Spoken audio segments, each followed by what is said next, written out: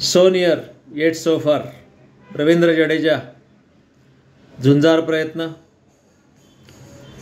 नाबाद 61, 181 चेंडूत अतिशय दमदार संयमी खेळी.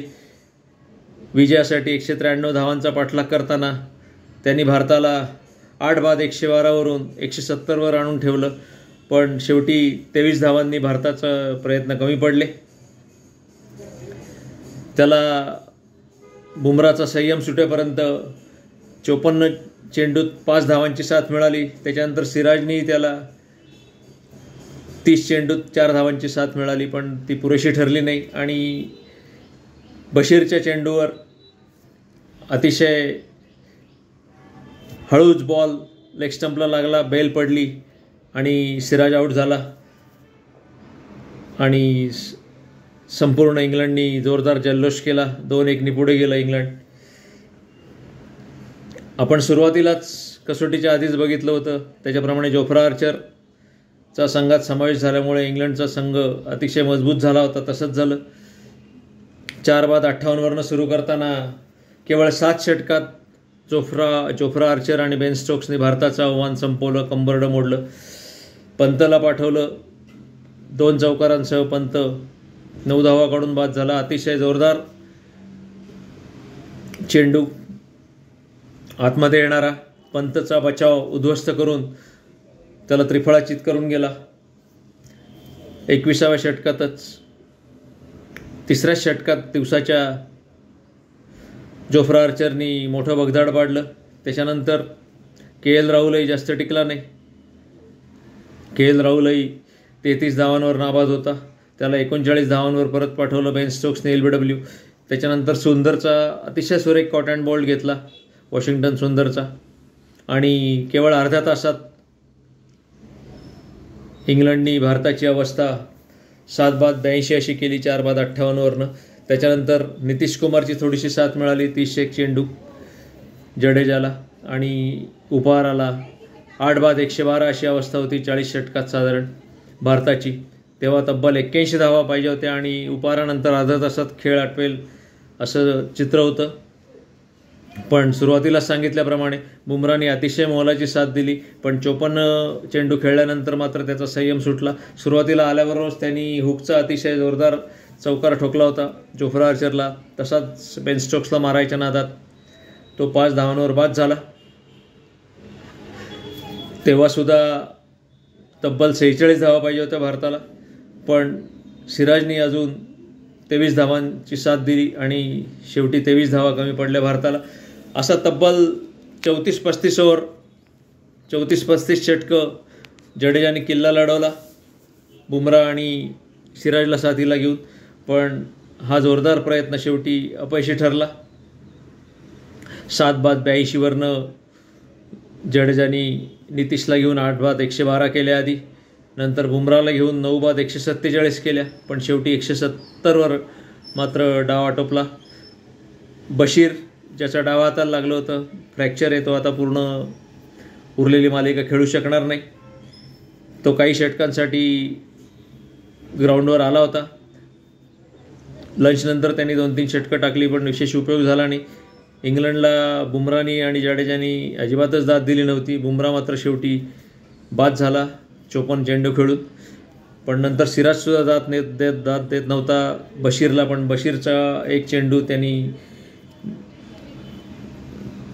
जो प्लेड केला तो बॅटला लागून सिराजच्या पायाच्या बाजूने हळूच लेग स्टंपवर जाऊन आदळला आणि जस्ट अगदी बेल खाली पडली. सिराज त्रिफळाचीत झाला आणि भारताचं आव्हान संपलं. इंग्लंड 2-1 पुढे गेलं आहे. आपण सुरुवातीलाच बोललो होतो त्याच्याप्रमाणे जोफ्रा आर्चरच्या समावेशाने अतिशय भक्कम झाली बाजू त्यांची. जोफ्रा आर्चर आणि बेन स्टोक्सनी सकाळी अर्ध्या तासातच भारताचं आव्हान संपवलं. 4 बाद 58 वरनं 7 बाद 82 केवळ 25 षटकात अशी अवस्था केली त्यांनी. नंतर नितीश कुमारनी थोडासा किल्ला लढवला 8 बाद 112, पण तितकासा उपयोग झाला नाही. शेवटच्या दोघांनी जडेजाला साथ दिल्यामुळे अतिशय जोरदार प्रयत्न, जवळजवळ चमत्कार करतो की काय भारत अशा परिस्थितीत आला होता. नवीन चेंडू अजूनही एक 4-5 ओव्हर दूर होता. त्याच्यात शेवटची 2 षटकं 78, 79, 80 या 3 षटकात जडेजा परत जोरदार हल्ला चढवून विजयाचा प्रयत्न करतोय की काय, नवीन चेंडू यायच्या आधी अशी शक्यता वाटत होती, पण तेवढ्यातच सिराज दुर्दैवीरित्या बाद झाला आणि भारताचं आव्हान संपलं. 23 जुलैपासनं चौथी कसोटी आहे. भारत मागे पडला आहे. कसोटीचा टर्निंग पॉईंट सांगायचा तर तोच म्हणता येईल. पहिल्या डावात पंतला जेव्हा रनआउट केलं स्टोक्सनी, KL राहुलचं शतक पूर्ण होण्यासाठी थोडीशी घाई करून जो रनआउट झाला पंत, तिथूनच थोडासा सामना फिरला असं म्हणावं लागेल. नाही तर भारताला चांगलीच आघाडी घ्यायची संधी होती, पण शेवटी 387 दोघांच्या धावा झाल्या आणि दुसऱ्या डावाला 0 सुरुवात झाली. बेन स्टोक्सने मॅन ऑफ द मॅच घेतलं. पहिल्या डावात 44 धावा, दुसऱ्या डावात 33 धावा, पहिल्या डावात 2 बळी आणि नंतर अतिशय सुरेख कॅप्टनशिप करत दुसऱ्या डावात 3 बळी घेतले. जो रूटनी दोन्ही डावात सर्वाधिक धावा केल्या इंग्लंडतर्फे 104 आणि 40. त्याच्यामुळे या तिघांच्या खास करून प्रयत्नामुळे कार्सनी चौथ्या दिवशी संध्याकाळी जोरदार 2 बळी घेतले. भारतीय फलंदाजी अजिबातच चालली नाही. शुभमन गिल पहिल्या 2 कसोटीच्या तुफानी फलंदाजीनंतर चांगलाच अपयशी ठरला. यशस्वी जयस्वाल थोडासा बेदरकार फटका मारून बाद झाला. करुण नायरची तीच कथा अजून चालू आहे. थोडासा सेट झाल्यासारखा वाटतो, 25-30 धावा करतो आणि विचित्ररित्या बाद होतो परत. KL राहुल दोन्ही डावात चांगला खेळला. पहिल्या डावात शतकामुळेच भारताला इंग्लंडला चांगली टक्कर देता आली. दुसऱ्या डावातही त्यांनी 39 धावा केल्या, पण KL राहुल आणि ऋषभ पंत गेल्यानंतर भारताला जिंकणं कठीण होतं. पण जडेजानी नुसती आशाच दाखवली नाही तर त्या स्वप्नाच्या जवळ अगदी नेऊन ठेवलं. पण परत एकदा जसं 6 वर्षापूर्वी सेमीफायनलमध्ये न्यूझीलंड विरुद्ध जडेजानी जोरदार खेळी केली होती, जो की नंतर महेंद्रसिंग धोनीचा शेवटचा सामना ठरला, तसंच झालं. आणि याच मैदानावर 6 वर्षापूर्वी जोफ्रा आर्चर आणि बेन स्टोक्सने इंग्लंडला न्यूझीलंड विरुद्ध वन डेचा वर्ल्ड कप जिंकून दिला होता. तसंच झालं. बरोबर 6 वर्षांनी त्या दोघांनी मिळून भारताविरुद्ध 22 धावांनी इंग्लंडला विजय मिळवून दिला आणि इंग्लंडने जोरदार जल्लोष केला. अर्थातच नाईलाजानी सिराज आणि जडेजा अतिशय जड पावलांनी खिन्न मनाने पॅव्हलियनमध्ये परतले. संपूर्ण भारत अतिशय आशा घेऊन पाहत होता. अतिशय आशा लावली होती की विजय जवळजवळ मिळून देत आहेत की काय हे दोघं.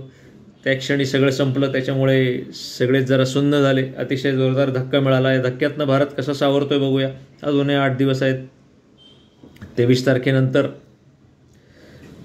चौथा कसोटी सामना सुरू होईल. भारताला आता कमबॅक करणं अतिशय जड जाईल या परत दुसऱ्या धक्क्यातनं सावरून. पण बघूया आता यंग शुभमन गिल आणि त्याची सहकारी यंग ब्रिगेड कसं याच्यातून सावरत आहे गौतम गंभीरच्या मार्गदर्शनाखाली आणि कसे भारत परत लढाईसाठी सज्ज होत आहेत. पण भारताची वरची फलंदाजी चांगली ढेपाळती आहे. मधली फळी चालत नाही आहे. पंत जर खेळला तरच, नाहीतर पंत खेळला नाहीतर जडेजाशिवाय कोणीच खेळत नाही. जडेजानी लागोपाठ चौथा अर्धशतक झळकवलं या मालिकेतलं आणि जडेजामुळे भारताचं आव्हान चांगलंच टिकून राहिलं पहिल्या 3 कसोटीत. बघूया चौथ्या कसोटीत काय होतं आहे. तोपर्यंत नमस्कार.